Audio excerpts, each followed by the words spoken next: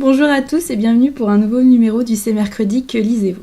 Alors depuis la semaine dernière, j'ai pas lu énormément puisque j'ai repris le travail et je me suis attelée à un livre assez épais qui m'a pris beaucoup de temps mais qui m'a plu, vous allez voir.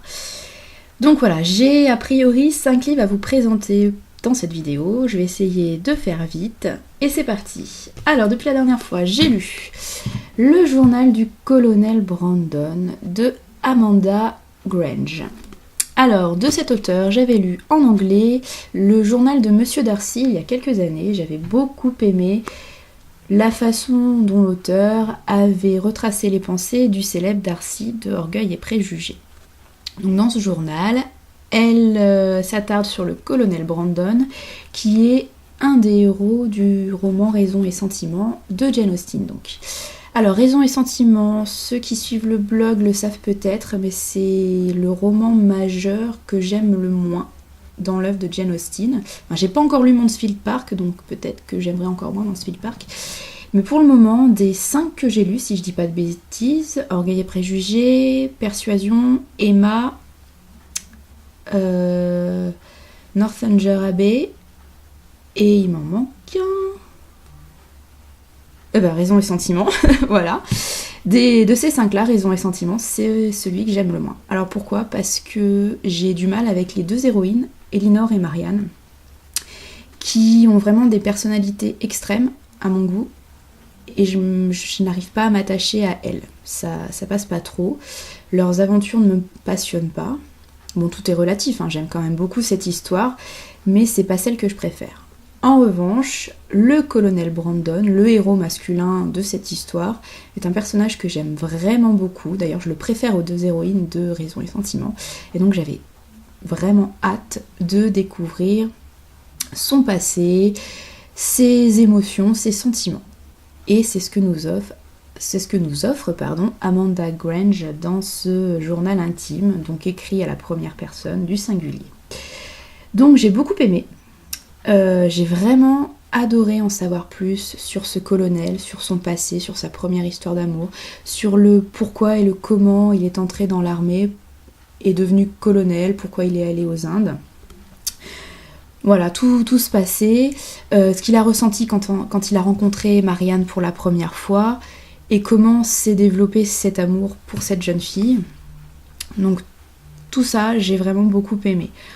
En revanche, si j'arrive à comprendre pourquoi le colonel tombe amoureux de Marianne, je ne comprends toujours pas les réactions de Marianne envers le colonel, et je ne les comprenais déjà pas dans Raison et Sentiment, mais là je trouve que c'est encore plus marquant. Elle fait un peu girouette, Marianne, et c'est vraiment pas une héroïne que j'apprécie. Dommage. Mais bon, ça vient plutôt de l'œuvre d'origine, je dirais, et ce n'est pas de la faute d'Amanda Grange si ça se déroule comme ça dans l'œuvre d'origine. Sinon, le roman lui-même, l'écriture, c'est vraiment très très sympa. Voilà. Donc, pas un coup de cœur, mais j'ai apprécié, j'ai lu ça très vite, en 2 jours, j'avais vraiment hâte d'arriver au bout, même si je connais l'histoire puisque j'ai lu l'œuvre d'origine, mais franchement, ça se lit bien. Donc pour les Janéites, comme on nous appelle, c'est plutôt sympa. Je pense que c'est à lire une fois et avoir dans sa bibliothèque. J'ai préféré le journal de Darcy, mais bon, parce que je préfère le Darcy et l'histoire d'Orgueil et Préjugés.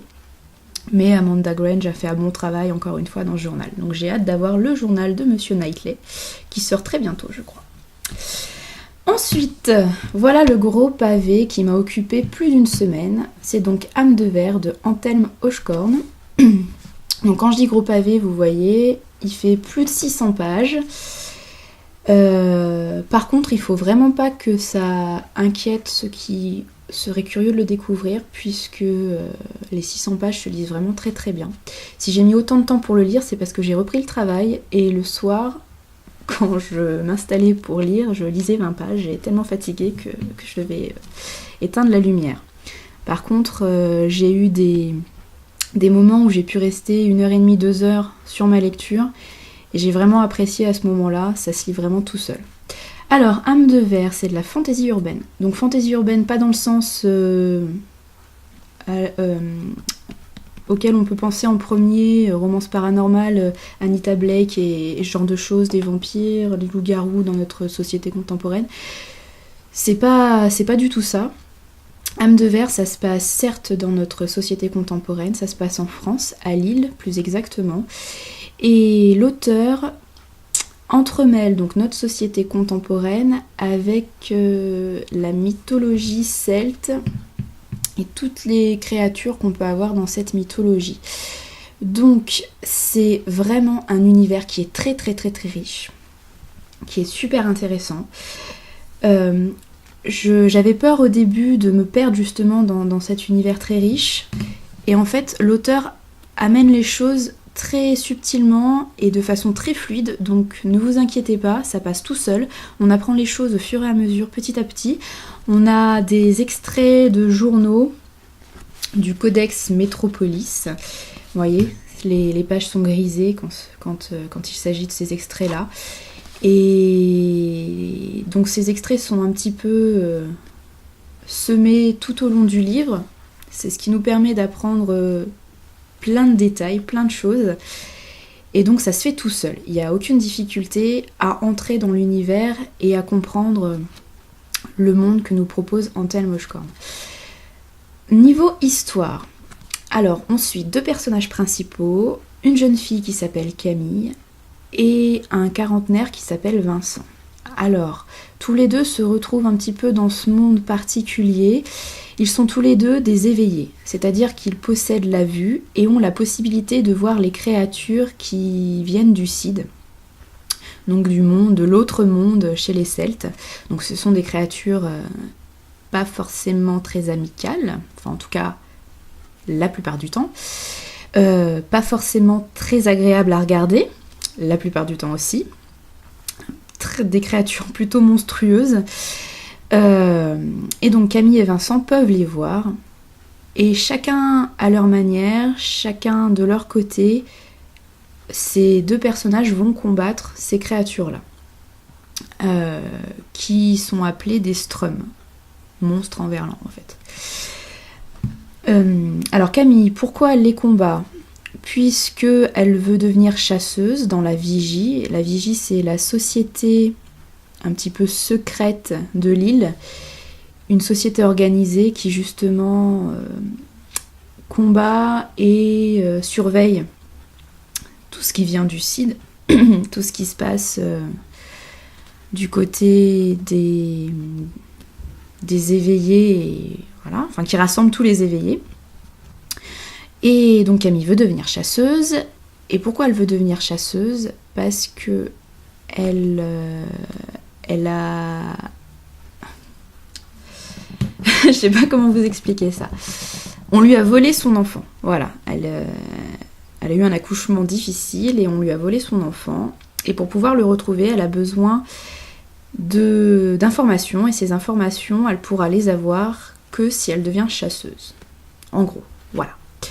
Donc, elle veut absolument entrer dans la Vigie et passer les étapes pour devenir chasseuse. Donc on la suit une bonne partie du texte. Et l'autre moitié donc est dédiée à Vincent, qui lui alors a aussi un passé assez sombre, puisque sa famille, sa femme et sa fille ont été tuées dans des circonstances un petit peu étranges. En fait, on apprend ce qui s'est passé au fil des pages, donc je vous en dis pas plus pour que vous gardiez la surprise. Voilà, qu'est-ce que je peux vous dire d'autre ? Si, avec tout ça, en fait, en ville, à Lille, il y a un meurtrier qui sévit, que la presse appelle le marchand de sable. En fait, à la place de cadavres, on retrouve du sable noir, du sable imprégné de sang. Donc les cadavres, enfin les corps ont disparu. On ne sait pas où les personnes passent. Et donc la police recherche ce marchand de sable. Voilà un petit peu quelques mots pour vous parler de Âme de verre. Donc j'ai vraiment beaucoup aimé, je vous dis, pour la richesse de l'univers, pour l'originalité. J'ai également beaucoup apprécié le style de Antelme Oshkorn que je découvre pour la première fois ici. C'est percutant, mais maîtrisé. C'est un univers assez glauque, assez gore. On est un petit peu dans du punk. C'est vrai, enfin, quand je lisais, j'avais vraiment l'impression d'avoir un voile un petit peu gris sur cette ville de Lille, un petit peu un petit peu destroy, enfin je sais pas trop comment expliquer ça. Donc ouais, voilà, je vous conseille. Je peine à parler de ce livre parce qu'il y a vraiment énormément de choses à dire, mais je pense que je vous en parlerai mieux et plus en détail à l'écrit. Voilà, je vous le conseille, c'est vraiment de la très bonne fantaisie urbaine. C'est un auteur français. Franchement, on n'a pas besoin d'aller voir chez les anglo-saxons, on a vraiment de très bonnes choses en France. Et j'ai vraiment hâte maintenant de lire La Tour des Illusions de Antelme Moshkorn qui est dans ma palle et je pense qu'il va passer très vite. Voilà, je vous en parlerai mieux à l'écrit puisque là c'était un petit peu chaotique. Donc j'espère que je ferai mieux et que je pourrai vous convaincre avec la chronique. J'ai commencé hier soir, mais alors vraiment commencé tout juste, le premier tome du cycle d'Alamander de Alexis Flamand. Alors c'est de la fantaisie, de la pure fantaisie. J'ai lu 40 pages, donc je peux pas vous en parler beaucoup pour le moment. Tout ce que je peux vous dire, c'est que j'ai rencontré le roi dans les premiers chapitres. Et là, je viens de faire la connaissance de Jonas, qui est un magicien détective, qui est accompagné de son démon de compagnie, qui a l'air d'avoir un caractère bien trempé. Ce que je retiens de ces 40 premières pages, c'est le ton très humoristique, un petit peu à la Terry Pratchett, donc ça me plaît beaucoup. Ça a l'air d'être un univers qui est assez riche aussi, donc j'espère que je vais pouvoir avoir le temps de continuer ce soir et d'avancer un petit peu. En tout cas, ça s'annonce bien. Donc je vous en parle plus dans la prochaine vidéo. On verra ce que ça va donner. Par contre, je sais pas ce que vous en pensez, mais alors moi je trouve la couverture super jolie. Comme les autres titres édités chez L'Homme sans nom. Je trouve que vraiment les illustrations sont magnifiques. Donc, je vous en parle plus. Je vous parle du fond la prochaine fois, plus en détail. Voilà, j'ai prévu 2 autres lectures. Pour commencer, Addict de Jean Ryan. Dernier né de la collection R, enfin dernier né, un des derniers nés, puisque je pense qu'il y a 2 ou 3 titres qui sortent, non 2 titres qui sortent par mois presque, donc c'est un des derniers qui est sorti. J'ai vu des avis assez mitigés sur internet, donc j'espère que ça me plaira. On verra. C'est un one-shot, donc ça c'est cool. Un one-shot c'est un livre en un seul tome, pour ceux qui ne savent pas. Ça fait plaisir parce que commencer des séries c'est bien, sauf que j'ai pas forcément le temps de les continuer. Et puis mine de rien, c'est quand même un investissement de devoir acheter tous les tomes quand on commence des séries. Donc là, un livre en un seul tome, c'est super. Et le deuxième livre que j'ai prévu pour les jours à venir, ce sera le 3e tome d'Indiana Taylor de Sophie Audouin-Mamie-Cognan qui vient de sortir chez Michel Lafon. J'avais beaucoup aimé les 2 premiers tomes de cette série. Un peu jeunesse, beaucoup jeunesse, mais pas non plus trop simpliste et trop en surface. Je trouvais que c'était pas mal mené les 2 premiers tomes. Donc par contre, je n'ai aucun souvenir, ou presque, de l'intrigue des 2 tomes précédents. Donc j'espère qu'on a un petit rappel au début, parce que sinon je vais être complètement perdue. J'ai vu que Mathilda avait adoré ce 3e tome. Mathilda est assez difficile à contenter, donc si elle a adoré, je pense que ça s'annonce plutôt bien. En tout cas, j'espère que j'aimerais autant qu'elle. Voilà, je vous en parle aussi plus vite dans ma prochaine vidéo. En tout cas, j'espère. Avant de couper, je voulais vous annoncer qu'il y a eu un 15 littéraire au mois de mars, donc pour ce mois-là. Pas sur mon blog cette fois, mais sur le blog de Tsuki. Donc je vous invite à aller voir ce que la demoiselle vous a concocté. C'est vraiment un article super complet, super intéressant. Donc je vous laisse la surprise, vous verrez, c'est sur un genre particulier que je ne connais pas beaucoup. Et vraiment après la lecture de l'article de Tsuki, j'ai vraiment envie de me pencher là-dessus. Donc je vous invite à aller voir ça, je vous mettrai le lien comme d'habitude en bandeau et en description de la vidéo. Et si ça peut vous attirer un peu plus, il y a un super concours à la fin de cet article. Donc surtout, n'hésitez pas à aller lire ça. Voilà, je vous laisse, la vidéo est assez courte pour une fois, tant mieux. Je vous souhaite une très bonne fin de semaine et je vous dis à dans 2 semaines pour la vidéo du C'est mercredi. Et en disant ça, je me rends compte que j'ai oublié de vous parler de quelque chose. J'aimerais mettre en place d'autres vidéos pour vous présenter ma palle. Je vais essayer de faire ça ce week-end. Je sais pas encore quelle forme ça va prendre, puisque ma palle contient plus de 500 livres en comptant les mangas et les BD. Donc je sais pas du tout comment je vais pouvoir vous présenter ça, puisque c'est évident que je vais pas pouvoir vous faire une vidéo et vous montrer les 500 livres un par un, sinon ça va durer 5 jours, c'est pas possible. Donc je sais pas encore quelle forme ça va prendre, mais je vais réfléchir à ça ce week-end et je pense que je vous posterai une première vidéo de présentation de ma palle ce week-end. Voilà, je vous en dis plus sur la page Facebook. Je vous tiens au courant. Cette fois, je vous dis au revoir. Donc à ce week-end, j'espère, pour une première vidéo de découverte de ma palle. Bonne fin de semaine et bonne lecture.